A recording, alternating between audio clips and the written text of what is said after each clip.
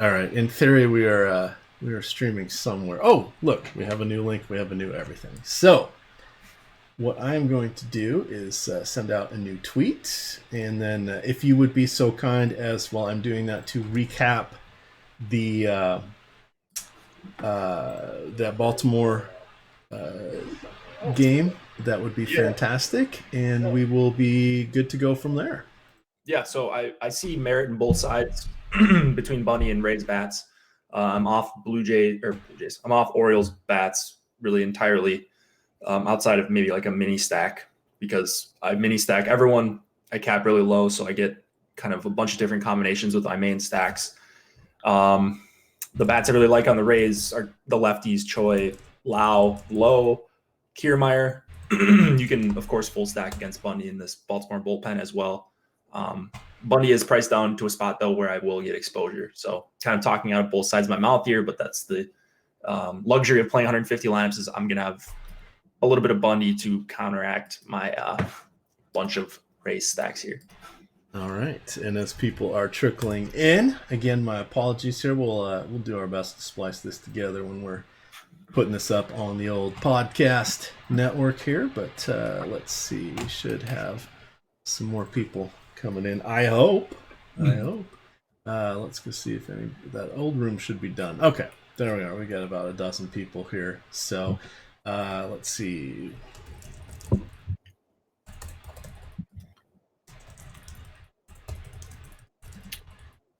Yeah, I think people are filtering back in. I think we're good. All right.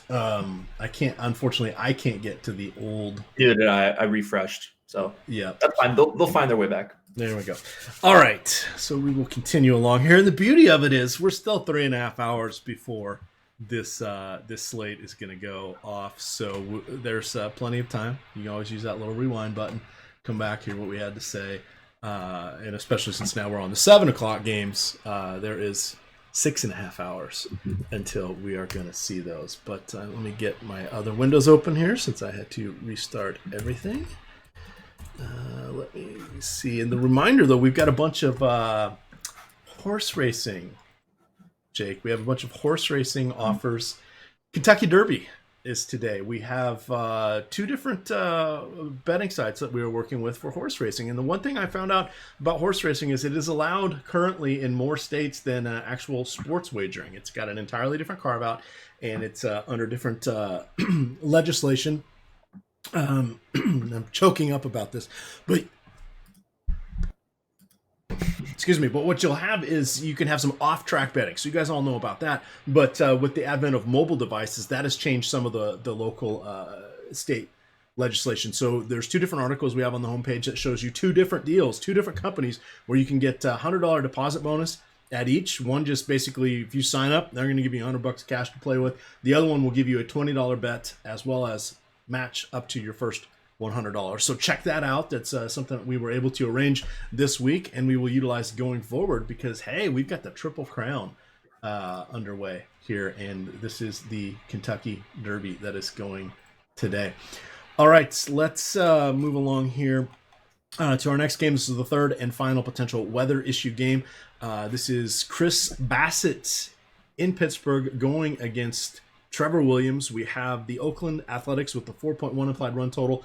Pittsburgh with 4.0 implied run total. Bassett, 8,000 on DraftKings. If he was 7,000, I'd be doing cartwheels. 8,000, he's still in conversation as a potential SP2, but we do have 20 pitchers on this slate, assuming all the games go off. What are you going to do here with Mr. Bassett and Trevor Williams? Bassett, when I saw the price, I was like, why is Chris Bassett 8K? And I guess I haven't played on Chris Bassett slates lately, and that's probably a good thing. 2 really impressive starts in a row, and kind of the under the hood stuff backs it up against Texas and Toronto, 12 and 16.5 swing strike percentage. His whisper swing are amongst the league's lead. Obviously, very small sample, so you can't just take that to the bank. But it is a tough matchup here. A bunch of these Pirates bats strike out at very low rates. Frazier, Marte, Bell, Cabrera, all under 20%. So there's 4 to your top 5. It's a tough strikeout matchup for Bassett. So that's probably enough to keep me off of him. But I wouldn't, like, if he grades out well in Alex's projections, I wouldn't like X him out or anything like that. Even though that's basically where I started, I was ready to cross off 8K Chris Bassett until I looked at some of his stuff. Yeah, and we made a lot of fun of him, and I mentioned this in his last start when he came up, because it's fun to say, Chris Bassett, the Bassett Hound, all those sorts of jokes. If his name was something else, I think there'd be more people looking at him. But just taking him at raw numbers, setting the name aside, getting to go into a National League park here facing the pitcher instead of the DH, Bassett is going to be popping up in some of our crunches. Now, we'll see where that lands. Again, 20 pitchers in this one, so we'll have to see. But I suspect he's going to be a guy probably in 15 to 20% of my lineups tonight. I'm thinking strongly about taking a stand here. Now, some of that's going to depend on what happens here with the Pittsburgh lineup, because they can put out a watered down version, but their projected lineup is looking solid. Francisco Cervelli, he missed a couple games. I believe he got hit on the wrist with a pitch, but you never like to see wrist injuries for someone that you're hoping to hit some doubles, unless you're going against him. So I'm curious to see if he's going to be in the lineup today. And then we'll have to see who else is in there. Not a ton of strikeouts here, per se, for Pittsburgh, but I like the fact that there's a chance that Oakland could get the win here. And the low run total, all this is coming together nicely. 63 degrees. It's better pitching weather. So Bassett going to be in my plans tonight. Tune in at 6 o'clock to see if my song has changed. Moving along here to the New York Metropolitans. They are taking on the Brewers. This time it is in Milwaukee. We have Gio Gonzalez on the mound, making his second start. His first start of the season was against these very same Mets. This is no longer good Gio Gonzalez. This is no longer average Gio Gonzalez. This is just Gio Gonzalez. What do you want to do here? Because this Mets lineup, much better against lefties with the addition of Wilson Ramos, with Pete Alonso up. A totally different lineup than it was last year. And it looks like Todd Frazier, the Todd father, healthy once again here. What do you like or with the Mets, or do you want to side with a $7,200 Gio Gonzalez? I'm getting to some Gio, which is terrifying. I hate playing this guy. I hate playing him when he's going to be owned. And I would think that he's going to be owned tonight. Looking at the ownership projection we have on him right now, he's actually, where's he at here? I just saw him. Mid-teens. So that's not terrible if it's as spread out as we anticipate right now. Obviously, things will change. I want to see where the Mets are at versus lefties for strikeout. I'm pretty sure they're up there. Yeah, they're 8th, 26.5% K rate, but they have hit for power with guys like Alonso and Frazier in there and Ramos. So it is a different looking team than last year's Mets, obviously. Still, Gio grades out really well for me. Too well, some might say. But that's a guy I'm going to get to. And then I'm a little worried about Wheeler at 8,900. So the matchup is fine. Obviously, if Yelich is out, that's a big upgrade for Wheeler. I think he's more talented than an $8,900 pitcher in this matchup. The question is, I think he might be hurt or, he's got something going on. His velocity on his fastball was down 2 to 3 miles per hour in his last start against 60, and he got no swinging strikes. He got 6.4% swinging strike rate, and his swinging strike rate is also down for the season. Chase rate way below average. So I'm not sure what's exactly going on with Wheeler, but I am worried. Yeah, it feels like a DL stint. An injured list stint could be in his near future with the very vague tired arm syndrome, Jake. Yep. Tired arm, which is better than a barking elbow, though. Yep. God, I love baseball injuries. Much better than hockey. Upper body, lower body. Occasionally, they might be as specific as head injuries for hockey. Always fun. This one, yeah, I think I'm going to be siding with the Brew Crew hitters, particularly Moustakas. We hope Yelich is going to be in the lineup. That's going to turn a lot of things around. 4.7 implied run total for the Brewers. Kind of has me leaning towards perhaps Yelich does play tonight, but we will have to see. Our next game, This is a different weather system, but keep an eye on the weather in Cincinnati. We have Derek Rodriguez going against Tanner Roark. Two guys that are okay real life pitchers. Two guys I don't ever want to play in fantasy. I will occasionally play Tanner Roark. I was completely wrong. Last season, I remember doing a show with you, and I said I had liked Derek Rodriguez. I don't particularly like Derek Rodriguez anymore. I believe he has given up just 10 career home runs, but this is not the park you want to have Derek Rodriguez pitching in Great American Ballpark. What do you want to do with the pitchers? All right, enough with them. Let's talk the hitters. Yeah, I mean, maybe you could make a case for Roark here, depending on what kind of lineup the Giants roll out, just because of his price, 6,700. So I'd rather have Roark than Rodriguez. I will say that. I think Rodriguez is bad. He doesn't do any of the things I like. He does not get any chases. He does not get any swinging strikes. He doesn't get ahead in the count all that well either, and he gives up a ton of hard contact, over 40% to both sides this season. So I'm all about the Reds bats here. I love the Red stack. I will be going to that, assuming the weather is okay, and probably even if the weather doesn't look great. So Reds bats is basically the main thing here for me. Yeah, the interesting thing about the Reds, not a ton of power. Joey Votto, not so much anymore. Then we're looking at Puig, Dietrich, Winker. Let's see here. Do we have Schebler? Is Schebler hurt? I haven't heard too much about Schebler lately. But he would be a big boost if he's in the lineup. I'll have to look and see about that. And then, of course, Eugenio Suarez. 4.5 implied run totals we mentioned on part 1 of this show, which is available currently on YouTube. If you want to go back and watch that. Different stream than what we had here, post technological difficulties.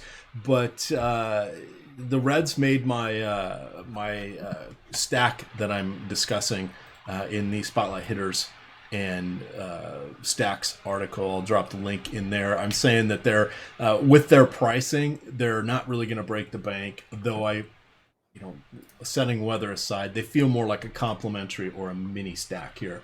I don't know that I really want them to be the main focus of my teams, because the actual numbers are, in his 118 career innings, Derek Rodriguez has only allowed 9 home runs. And they're actually relatively evenly split between home and road. So just he doesn't give up a ton of power per se. But if I'm going somewhere, it's definitely going to be with Cincinnati. Continuing along here, we have the Houston Astros and Wade Miley going against Trevor Cahill. Apparently, wait for it, this game is in Monterrey, Mexico.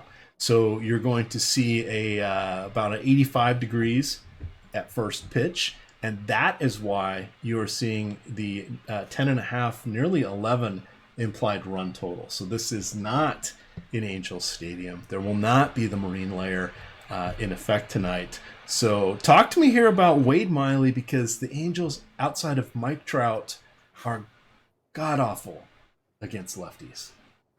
Yeah, I think in this range, I'm probably just going to get to Gio. So if Gio becomes chalky, maybe I move some exposure over to Miley. I don't have a problem with Miley really ever. He's always priced down, and people think he's worse than he actually is, and he's actually pretty solid against righties. So yes, there's Trout there, but the other guys, I mean, you're worried about Pujols at this point, or Smith, or Lucroy. I don't even know who they're going to roll out today. So yeah, it's not that daunting of a lineup, but it is a big total against Miley, who's already not a huge swing and miss guy. Cahill on the other side, 6,600. I'm not very impressed with what I've seen from Cahill this season. And that is also a massive total. This game is being played in 85-degree weather. So I don't think I'm going to get to Cahill. He's a guy with walk issues. And if you're putting guys on base and you get to face Correa and Brantley and Bregman, like Altuve, Springer, it's just too deep of a lineup, I think, for Cahill to escape here. Yeah, that's absolutely fair assessment there, Jake. That's really about all we're going to have with this one. Continuing along, we do have the Boston Red Sox going against the White Sox. Eduardo Rodriguez against Manny Benuelos. A couple of southpaws here. Rodriguez checking in at $9,200. However, outside of Player of the Month, Tim Anderson, Jose Abreu, and the recently somewhat torrid hitting James McCann, I'm not worried about a lot of these hitters here for Boston. I'm just not overly thrilled with that $9,200 price point, but we should have plenty of opportunities to work Rodriguez into our lineups. And the best part is it's 53 degrees at first pitch here in Chicago, and it's a 3.8 implied run total there for the White Sox. So that is good for Rodriguez, but is he really a $9,200 pitcher is the question. I mean, it's a great matchup against the White Sox as far as strikeouts go. The question is, can he not get in his own way and put guys on base? He's going to get a ton of righties. He does give up some power at times, and he's going to be really chalky. So while I do think Rodriguez is fine, it's not at an ownership. 34% isn't outrageous when he is one of the better options on the slate. But if he starts getting up there, I'd rather go to some other guys in this range. Like I'd rather, get some more Corbin, even though I'm not in love with that spot, or just pay down to guys like Bundy and Gio and maybe even Bassett. So I don't know. It's going to depend on ownership with me. For me, it usually does with Erod, but I do like McCann and Abreu, especially for the White Sox here. All right. Sean V. He's in chat. Excellent. My day is complete. Sean V. He's there. What? Who's his Chris Sale call up tonight? He looks like he wants to side with Derek Rodriguez, who is pitching better on the road than at home. That's a bold call there through what? 6 starts. Let's see back to this screen here. Going against Benuelos, Steve Pearce, 3,200. First base outfield. If we get him in the lineups, Jake, is he going to be one of your highest owned players? Yeah, he's probably going to bat 5th or 6th.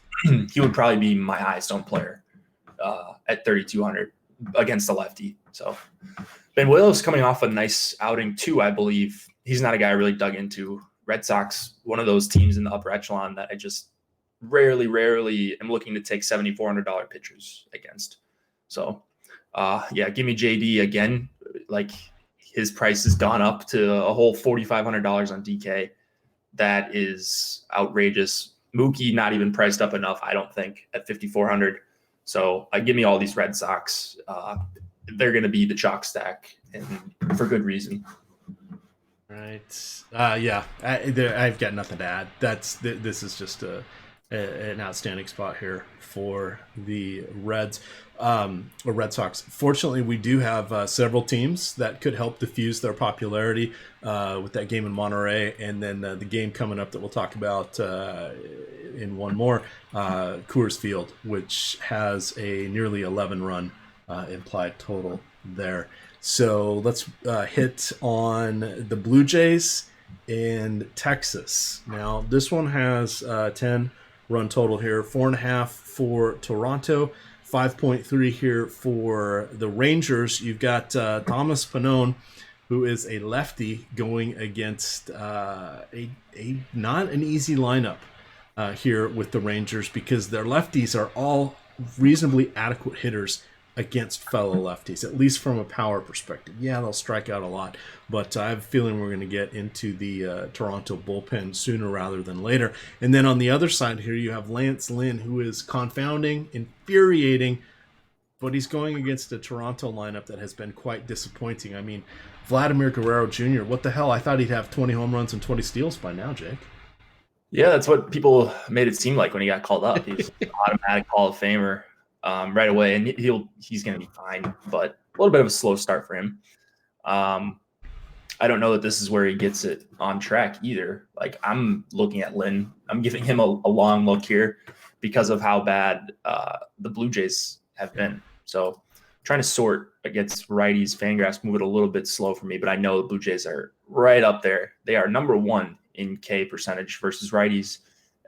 lackluster 81 WRC plus, one of the worst on base percentages. I mean, they just have not been good at all. So while it is a good park and it is Lance Lynn, if they roll out a bunch of righties, you're going to see Lynn's ownership go up, and it makes sense. He is good against righties. He is very, very bad, or much worse against lefties, I would say. So Rowdy Tellis, if he's in the lineup, I absolutely love against Lynn.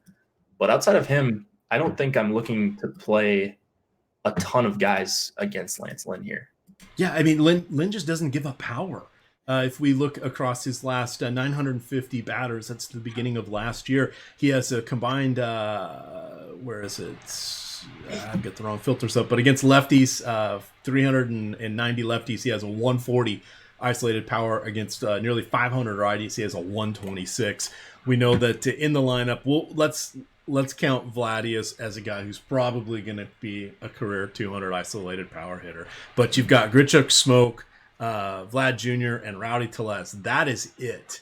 You got Sogard, Nerd Power. I wish I remember who said that in chat because I want to give them credit. But Nerd Power has been phenomenal in every game. He either gets a home run or a stolen base. That's not going to last. Freddie Galvis, solid glove. He's always good for a 2 home run game when you least expect it, once or twice a season, and then he disappears for weeks at a time, if not full months. And then Drury, McKinney, Jansen, no power there. So this is one where I think we're going to be looking at Lynn. We're going to be fingers crossed we can get a handful of strikeouts, Jake, because that's not really his calling card. He's above league average, but barely. But we're hoping for a quality start here. Maybe even only a 6-inning outing with just 1 or 2 earned runs allowed. Yep. Which, considering we're talking about Texas here, is a solid one, a solid outing. And he's going to be an SP2 of mine. This is almost entirely based on the fact that this is the Toronto Blue Jays. Now, I think they're a fine do a 2 or a 3-man stack, filler hitters. Grichuk does have pop, Smoke, Telez, as we mentioned, but what's the over-under on Lynn giving up a home run today? 0.5? And I'd probably take the under. Yeah. Cue his ass kicking as the Blue Jays bat around in the second inning, but Sogard's going to be annoying. He might have some issues with these lefties. Like Smoke is a little bit worrisome, as is Tellis. I don't know that it's the easiest matchup for Lynn, but he was the guy I assumed we were going to have pretty low ownership on, that I was just going to throw in a handful of lineups, looking like he's going to be in the teens or maybe even more by the time we get to lock. So I don't know. I'll see where I'm at on Lynn and these Blue Jays bats, because the lefties do have some merit, but so does Lynn here. Yeah, and I mean, our one fear is Sogard gets him twice and sees 25 pitches in his 2 at-bats, which he's really annoying. Is slightly exaggerating, but not really. Because Sogard generally, and I haven't looked up that stat for this year, but generally he is amongst the hitters that see the most pitches per at bat, because he just fouls them off. On our other side here with Texas, for me, I'm good with Joey Gallo. I'm hoping TP gets out of the game relatively early. I think Mazzara is fine. I still can't believe Hunter Pence is batting cleanup for them, but hey, they had the ghost of Adrian Beltre last year. But yikes, none of these names are really popping out for me on Texas, which is somewhat interesting, Jake, because usually they are in consideration for one of my top 5 stacks, and even that would even be the case on 20 teams going on this slate. Usually they come in around 5th or 6th for me, just sort of by default, but I'm not really seeing that tonight. Yeah, they're kind of expensive, especially Gallo and Andrews. Even guys down the order, Cabrera and Forsythe, like 4,500 for Forsythe. That's kind of a head scratcher there. Panon, I don't think is going to go very deep either. He just pitched a few days ago and only went an inning and 2/3. So more of a bullpen game against Texas. Hard to know who's coming in, or I'm sorry, for Toronto. Hard to know who's coming in after Panon, but I generally don't love targeting bullpen games. All right. They're laughing in chat because the Reds lineup just came out. I swear to God, if you asked them, the Cincinnati Reds would give you a full week's worth of lineups. Yep. They're like the anti Colorado Rockies. Twins have been like that too, just coming out super early on.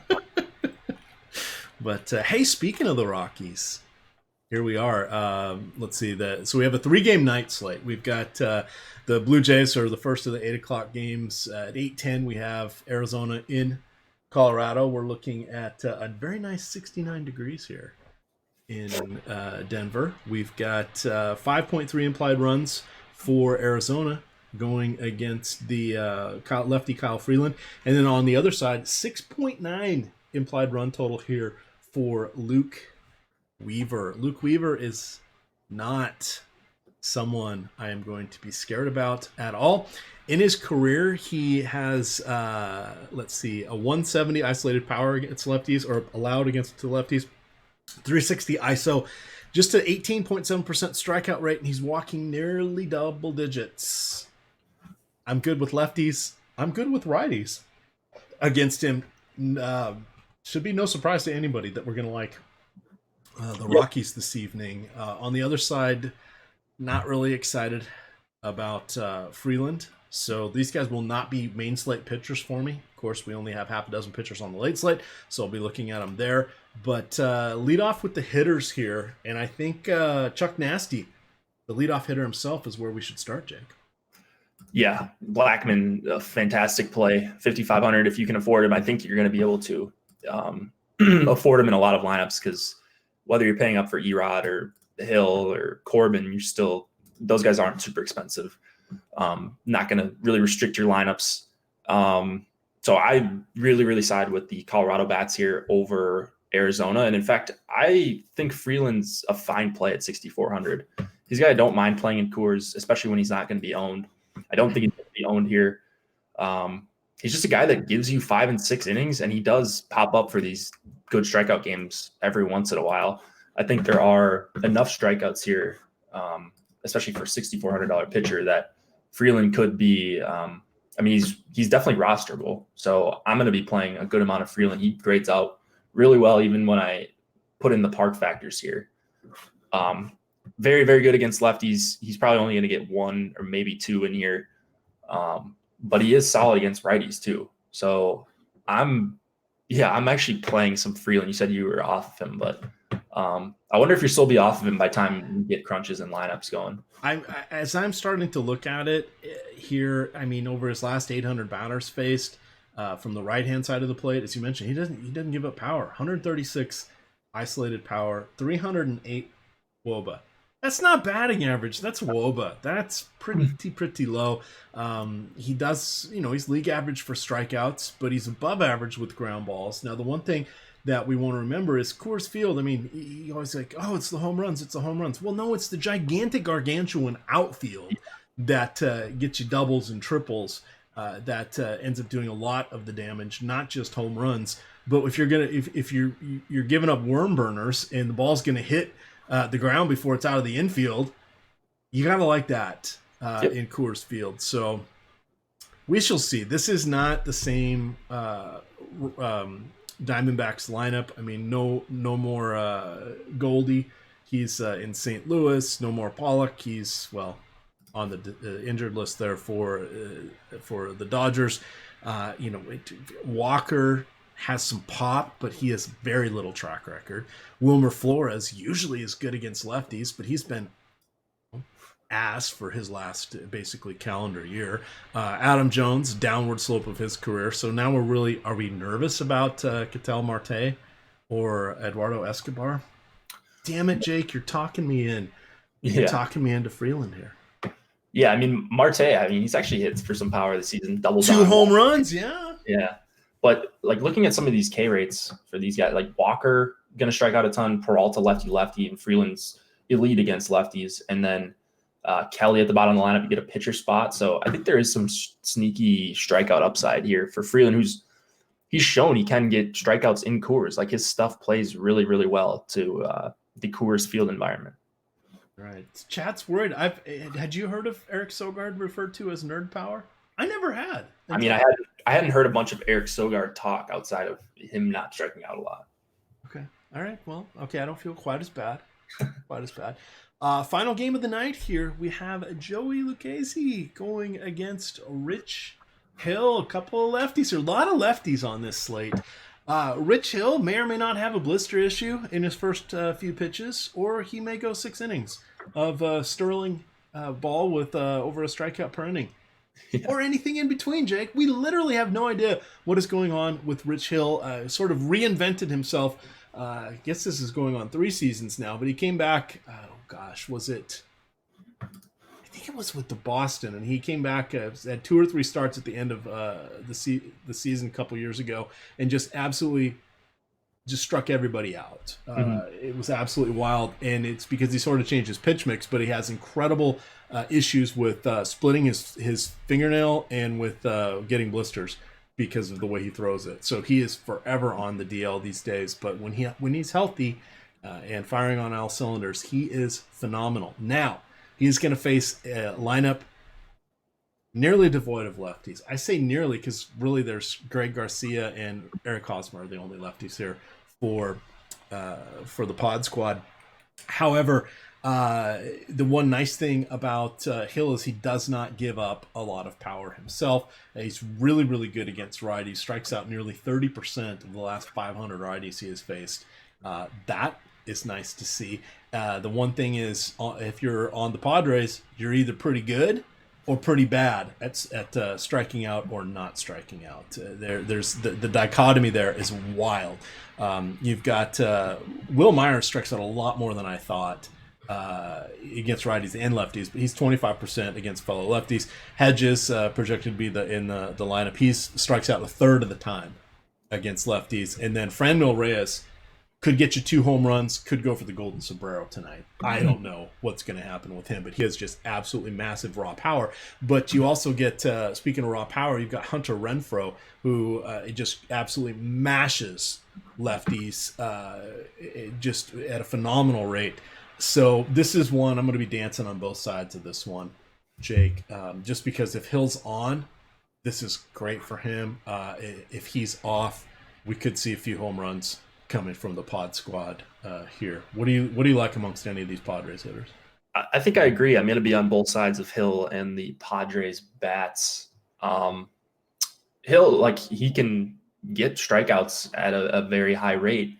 So even when I don't plug him in at like 6 innings or anything like that, I don't expect him to go super deep into the game ever. He can be valuable here within 5, or if he gets up to 6, even better. So I don't mind Hill. He's never a guy I'm super crazy about. He's just a guy that if he ends up in my lineups, I'll be okay with that. But 2, 3, 4 look really good for the Padres. Reyes, Machado, and Renfroe. I know that's your boy. And then, like, I love playing the Dodgers all the time, but I don't think I'm going to get to a lot of Dodgers here. I actually like Lucchesi quite a bit for 8,300, and it looks like he's not going to be heavily owned. We've got him at just 10%. So good pitcher's park. If he gets lefties in here, he's another one that's really, really, really good against lefties for his career. I would expect that to hold true here. So I like Lucchesi. I don't mind Hill, but 2, 3, 4 for the Padres is kind of where I'm at here. So probably not a ton of bats. Yeah, I'm potentially going to go with Hunter Renfroe as my home run of the night. We'll have to look at this a little more, but just sneak preview. He's on the short list already. Not the easiest of matchups, but he is my guy, Jake. He is my guy. That's going to wrap it up here for us. You got a 2-part show today, just because, double the pleasure, double the fun. But you're going to get Jake and I once again. We're going to be going off promptly at 6 o'clock tonight to discuss the main slate. The 7 o'clock slate has 10 teams, or 10 games, 20 teams, four potential weather spots. So we may lose 1 or 2, but we should know by the time our next show rolls around. So definitely check us out. Jake, are you going to be talking a little puck action in the Slack chat? Oh yeah, in Slack for sure. No show today, but I will have some thoughts in Slack. I see everything. No line changes or anything that I'm seeing this morning yet, but I do have projections up. I'll put up cheat sheets or something for you guys for the premium members, or I don't know if they're going to be free or what. But the premium Slack is where it's at for NHL. We've got a good group, and people are sticking it out, including myself, until the end of the season here. Yep, I'm committed, pot committed here. I've been enjoying it. We had some. I thankfully I like the premium Slack because hey, most of our competitors are not doing playoff hockey this year, and really nobody's even following alerts. Twitter, NHL Twitter, almost non-existent from a DSFS perspective, but we got Jeff Watts and you and Chris Wassel and everybody combing through all the news, talking line changes, while those of us are scrambling because we're on air or building lineups for the other sports. You hit us with those all-channel alerts, which has been very nice. We've seen a few, fourth line guys and third line guys pop up. Not for the whole game, but as things have shaken up, they've come up into more prominent positions, and that's been rather helpful, having all the extra hands and extra eyes looking at stuff here. Plus, I gotta say it, even like Daily Faceoff, they're not updating their goalies, even when they're confirmed. It's like they're mailing it in. Guys, you do one sport. Are you done? Yeah, they tend to do this at the end of the season, so it's all about beat writers for me. Just follow Bots' list and profit. Absolutely. All right, gamers, with that, we're going to get on out of here. You will get the deep dive behind the paywall that is going to be written by one Adam Shar. Check out the Awesome Odds betting show from Friday. They talked horse racing, and we've got a couple Kentucky Derby articles up on the homepage. Those are free, and they also have links to where you can sign up for some horse betting with two reputable sites that are going to give you deposit bonuses and or free play tickets. So check that out. It's something I've got to double check and see if I can do in Virginia, which is more relaxed because they do like their ponies out here. So I want to see if I can use either of those sites myself, Jake, because I may be putting my first official Kentucky Derby wager down. Nice. Good times. All right, gamers. With that, you can follow Jake on Twitter at JakeHari. I am at EmacDFS. It is Osmo_COM. Good luck, gamers.